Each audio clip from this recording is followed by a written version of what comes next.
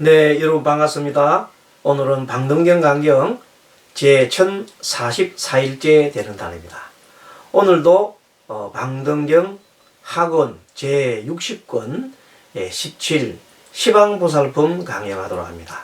자, 페이지는 541페이지입니다. 지금 하고 있는 부분은 60권 방등경 중에 마지막 부분에 속하면서 결론에 해당한다고 할 수 있죠. 그러니까 시방에 있는 수많은 그 보살들이 부처님의 지혜에 들게 하고 불지에 들게 하면서 마지막으로 열반에 가는 법이죠. 열반으로 이르는 길에 대해서 상세하게 부처님께서 설하고 계십니다. 이런 부분들은 초기 경전에 있는 37 조도품과 그리고 이제 대성에서 나오는 여러 가지 공의 개념이라든지 그런 마음을 다스리는 법, 그런 법을 함께 이렇게 묶어서 만들어 놨다 할 수 있습니다. 그러니까 한마디로 말해서 근본 불교 수행법과 보살 수행법의 결합이다, 이렇게 볼 수도 있겠습니다. 그것이 이제 이 방등경, 그 큰 방등경의 60권 마지막 부분에서 이렇게 설하고 계십니다. 자, 541페이지 좀 봅니다. 나는 다만 시방의 5갈래를 애써 가엾이 여기고 근심하였기 때문에 부처가 되었나니, 그러니까 부처님께서는 오직 한 생각, 시방에 있는 수많은 많은 그 중생들이 5갈래, 이제 천상 빼고 천상을 제외한 아수라, 인간, 지옥, 축생 5가지 그 악도지, 악도를 헤매고 있는, 인간계도 어찌 보면은 완전 지옥 같은 악도는 아니지만 그것도 아직까지 그 좋은 곳은 아니죠. 천상에 비하면 좋은 곳은 아닙니다. 자, 그러니까 그런 게 돌고 있으면서 고통받고 있는 중생들을 생각해서 가엾이 여기고 그렇게 하기 때문에, 근심하기 때문에 내가 부처가 되었다. 왜? 그들을 그 고통에서 벗어나기 위해서는 부처님 스스로가 고통에서 벗어나는 법을 알지 않으면 안 된다. 그래서 고통에서 벗어나는 길은, 유일한 길은 뭐냐면 마음속에 온갖 번뇌가 사라짐이죠. 온갖 번뇌가 사라지는 것이다. 온갖 번뇌가 사라지지 않고 있는 것은 나에 대한 집착이다. 나에 대한 집착을 놓지 못했기 때문에 온갖 번뇌가 사라지지 못하고, 나에 대한 집착이 있음으로 해서 일어나는 현상이 소유욕, 뭐가 내 것을 취하고자 하는 소유욕과, 그리고 탐심, 내 것을 취하는 탐심을 하고, 또 내 것을 취하지 않고 내 것을 누가 뺏어가면 화를 막 내죠. 성내밀 나고. 그런 모든 어리석음이 일어나는 그 현장이 결국 어디서 비롯됐습니까? 나 있음. 그래서 일찍이 부처님께서는 무아의 개념을 설하신 겁니다. 그래서 이 방등경도 예외가 아니에요. 우리 대성경전이 따로 있는 게 아니고, 대성경전도 이 근본경전의 그 흐름이 쭉 이어지고 있습니다. 그래서 어떤 이들이 대성비불설이라고 막 주장을 하고 그런 분들이 있어요. 과거에 일본에서도 있었고 지금 우리나라에서도 그런 분이 있는 줄 알고 있습니다. 하지만 이미 그거는 논쟁이 다 끝났어요. 그 끝난 논쟁을 왜 또 다시 이렇게 일으킵니까? 이미 다 결론 났어요. 어떻게? 대성경전도 훌륭한 부처님의 경전이다. 비록 부처님 당시에 현재 대성경전 그대로 쓰러지지 않았다 하더라도, 그 대성경전 속에서는 부처님의 가르침 중에 인가의 원칙이나 또는 인연법이나 또는 중도의 원리나 이런 무상무아의 고와 같은 삼법인이 그대로 녹아있다 이 말이에요. 지금 방등경 보십시오. 보면 다 있어요. 그러니 그것을 보고 대성비불설이라 하는 그런 이 얘기가 이제는 더 이상 통하지 않는다 하는 것을 여러분들이 아시고, 방등경도 훌륭한 경이다. 이 방등경은 근본경전, 소위 초기 경전에서 본격적인 대성경전으로 들어간 사이에 있는 경이기 때문에 초기 경전에 대한 수행법과 대성경전에 나오는 그 여러 가지 공의 개념 이런 것들이 다 둘 다 아울러져 있습니다. 그러니까 참 우리 수행하시는 분들 입장에서는 참 다행한 일이 아닙니다. 일소습니다. 그래서 화엄경 공부까지 끝난 분들도 한번 이 방등경을 다시 공부해 본다든지, 법화경을 공부하신 분들도 다시 방등경을 공부해 본다든지, 아니면 아함경을 공부하신 분들도 방등경을 공부해 보시는 것이 좋겠다. 제가 생각할 때 개인적으로 생각해 보니까 참으로 귀한 경이다. 지금 며칠 후면 이제 이 3년 간경이 끝나지요. 같이 강의 매일 한 페이지씩 이제 강의를 했는데 끝나는데, 그 점의 결론이 바로 그겁니다. 뭐와 뭐의 만남이다? 근본불교 수행법과 대성 보살 수행법의 결합이다. 이렇게 감히 말할 수 있겠습니다.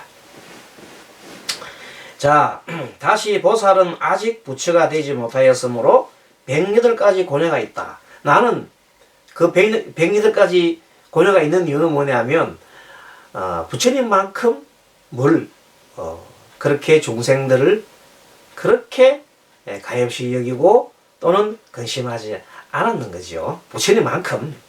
그러니까 보살은 뭐냐면, 부처님의 거의가 지혜는 터득했는데, 아라함과 같은 지혜는 터득했지만 아직까지 뭘 못했어요?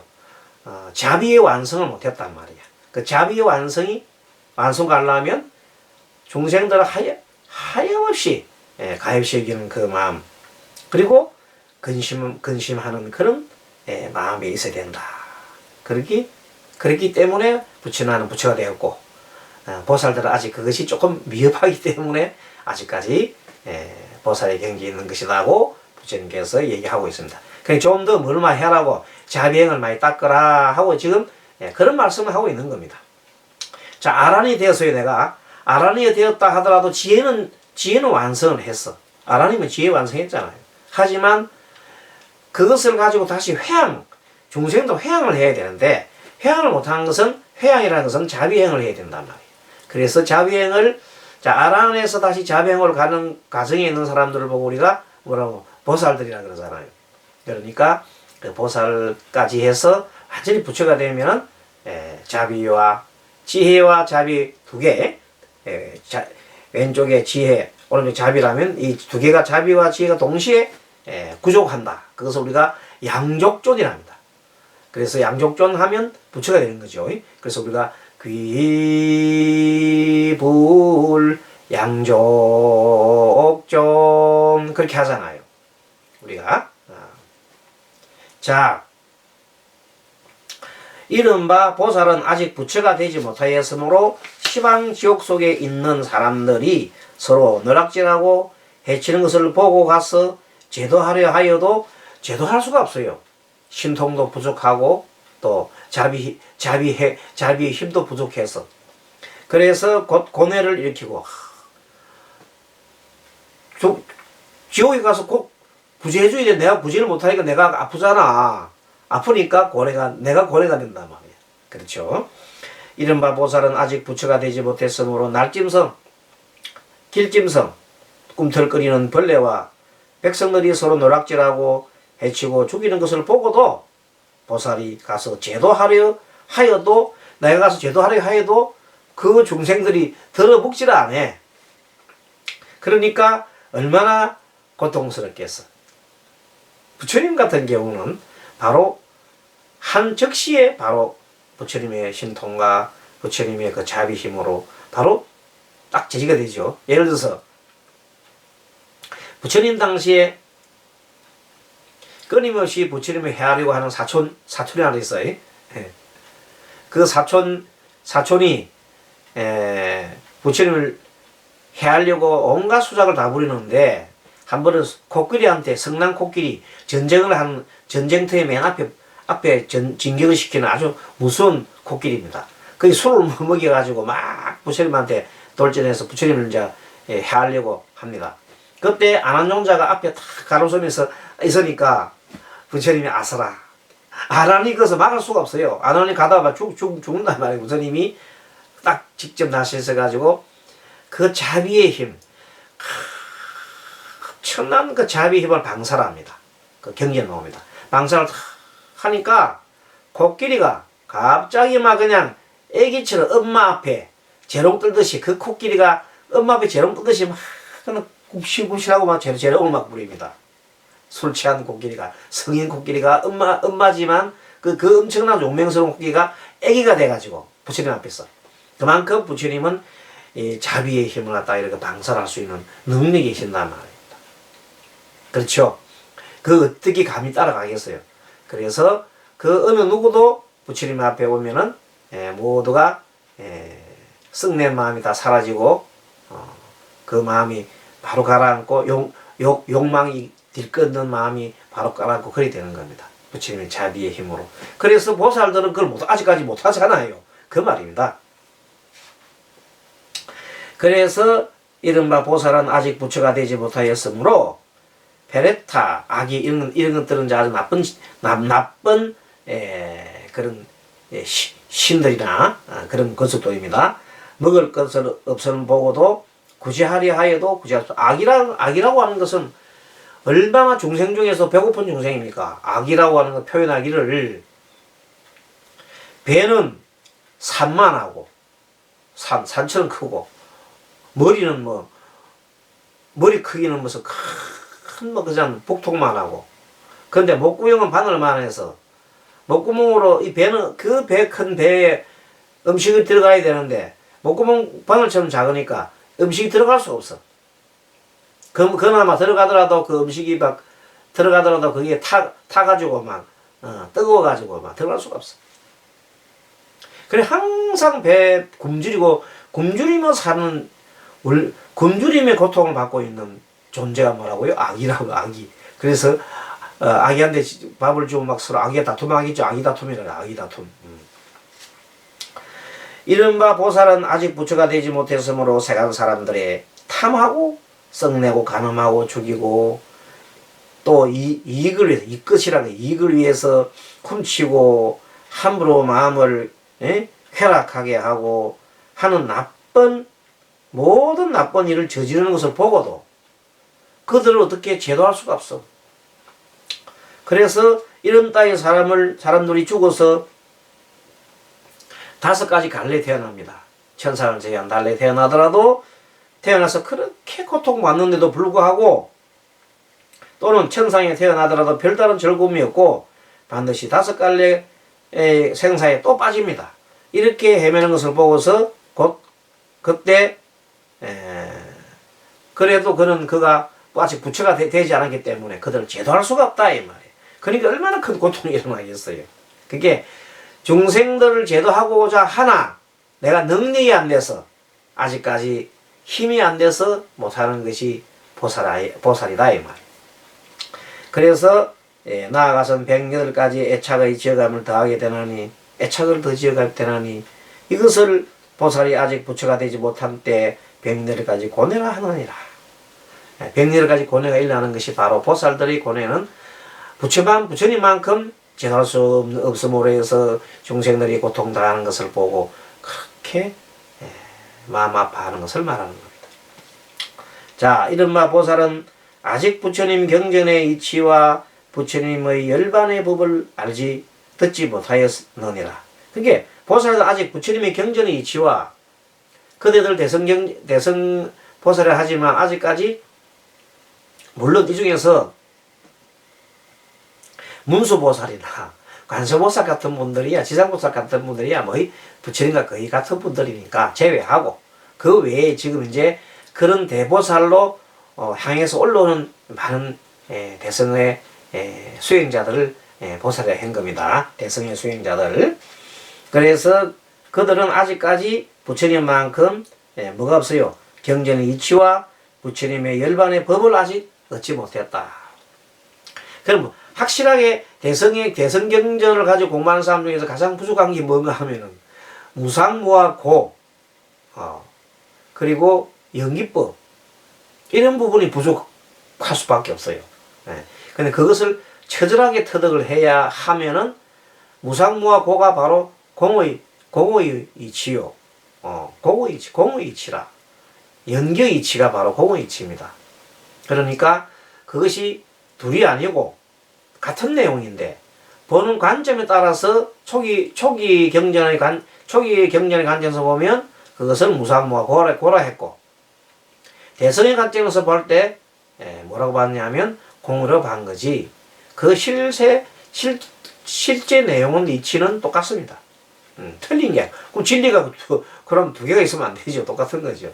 근데 보는 측면에 따라서, 자, 길을 올라갈 때 동쪽으로 올라가느냐 서쪽으로 가느냐 차이가 나지. 올라가면 만나지죠. 그런 이치입니다. 자, 어떤 것을 백렬까지 부처님의 경전 이치를 얻었다 하나이까. 이른바 보살이 스스로 6가지 감관을 어원하여 그 8가지를 지어가지 않아야만 부처님 경전 이치를 얻는다 할 것이다. 그러니까 이 6가지 감각이 가장 중요하잖아요. 6가지 감각계가 뭡니까? 아니비설신이 육건을 가지고 육견을 바라볼 때, 육식이라는 마음을 일으킬 때 그때 뭘 해야 된다고? 잘 탐심을 안 내게 하고 썩냄을 안 내게 하고 어리석음이 안 일어나게끔, 만약에 좀 일어났다면 빨리 알아차리면서 다시는 일어나지 않게끔, 이미 일어났다면 다시 일어나지 않게끔, 안 그러면 아직 그런 탐심이나 썩냄이 어리석음이 일어나지 않고 있다면 이제 미리 일어나지 않게끔 또 하는 거죠. 그런 노력이 바로 정진이라, 정진을 하는 것. 정진이 바로 그런 겁니다. 정진을 통해서 그렇게 한다. 이래서 어떤 것을 부처님이 열반의 법을 얻지 못하였다 하나이까 했더니 이른바 보살이 아직 부처가 되지 못했으므로 부처님의 열반의 법을 얻지 못함이니이라. 그러니 여러 보살들은 마땅히 백렬까지 죄에서 벗어나는 법을 교개하여 곧 열반의 법에 들게 하리라. 그러니까 백렬까지의 번뇌가 일어나는 것은 그 죄를 지기 때문이다. 나중에 나옵니다만, 죄가 뭐냐면 생각한 것이 죄라. 마음이 현재 와 있어야 되는데, 현재 와 있어야 되는데 자꾸만 이 생각이 내 속에 뱅글뱅글 돌고 있으면 그 속에서 일어나는 일들은 전부 다 뭐예요? 아래아식 속에 들어있던 탐심과 썩내가 어리석음에 점철된 것들이 빙글빙글 지도 모르는 사이에 돌아간단 말이야. 자기도 모르는 사이에 막 이 뇌에서 막 돌아가. 그러니 그 속에 놀고 있으면 계속 무슨 노름을 한다? 중생 노름을 한다. 그러니까 중생 노름 하지 말고 여기서 팍 튀어나오라 이 말이야. 그래서 중생 노름 자꾸 하면 돌아버려요. 미쳤다는 것이 뭐야? 돈다는 거면 뭐가 돌아? 머릿속에서 생각이 뱅뱅 도는 것을 미쳤다 하는 거야. 미친 게 뭐라고? 생각이 머릿속에 뱅글뱅글 돌아서 나오지 않으면 미친 거예요. 그것을 집착이라고 해요. 집착. 생각에 어떤 한 사람이 집착하는 것은 머릿속에 딱 들어붙어가 나오지가 않아. 그런 게 어디 들어있다고? 아래아식 속에 있는 그 번뇌 망상에 그 힘이 있단 말이야. 그 힘에 자기도 모르는 사이에만 빨리 들어가가지고 계속 그것을 돌아가는 거야. 그것을 빨리 어떻게 해? 알아차리면서 현재 마음으로 나와오는 것이 수행의 요체야. 자, 어떤 것을 죄에서 벗어나는 법을 얻어야 하는가 하면 열반에 드는 법을 든다 하시나이까 물어봤다. 이른바 보살은 생각하는 것이 죄임으로 나오잖아요. 바로 생각하는 것이 죄임으로.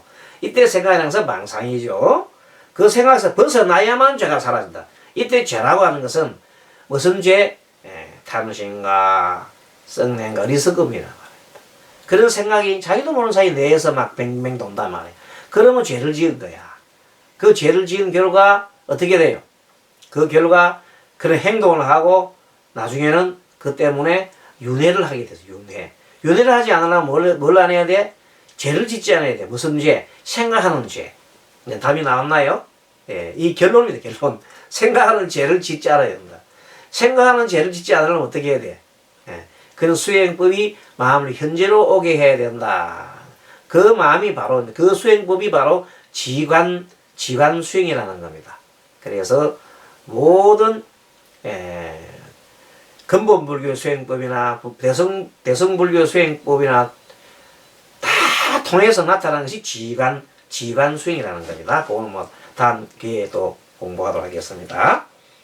자, 그리고 이른바 보살은 생각하는 것이 죄임으로 생각해서 벗어나야만 죄가 사라지나 듣지라니 사라짐이란 열반에 드는 법이 그렇죠. 뭐가 사라져요? 죄가 사라졌다는 말은 번뇌망상이 사라졌다. 생각이 사라지면은 마음이 고요한 상태에 머물겠죠. 마음이 고요한 상태가 평안한 상태가 열반이에요. 열반이 별거 있는 게 아니고 마음이 지극히 평안한 상태에서 항상 머무르고 있다면 항상 그 마음이 그렇게 되어 있다면 그분은 바로 도인이다. 그는 깨달은 부처님이다. 깨달은 자다. 근데 그것이 수시로 자꾸만 바뀌어가지고 망상이 일어나면 아직까지 멀었지요. 그렇습니다. 그래서 항상 자성을 가만히 바라볼 수 있는 그 큰 힘을 가지신 분을 우리가 아라한이라든지 또 부처님이라든지 하는 겁니다. 자, 오늘 여기까지. 그래서 이것을 보살의 백멸까지의 죄에서 벗어나 열반에 드는 법이고 보살의 열까지 교개하는 것이라 하느니라. 생각을 그릇된 생각 망상을 여의라 하는 것입니다. 자, 여기까지 강령하고 다음 시간에 뵙도록 하겠습니다. 여러분 수고하셨습니다. 아반야바라미.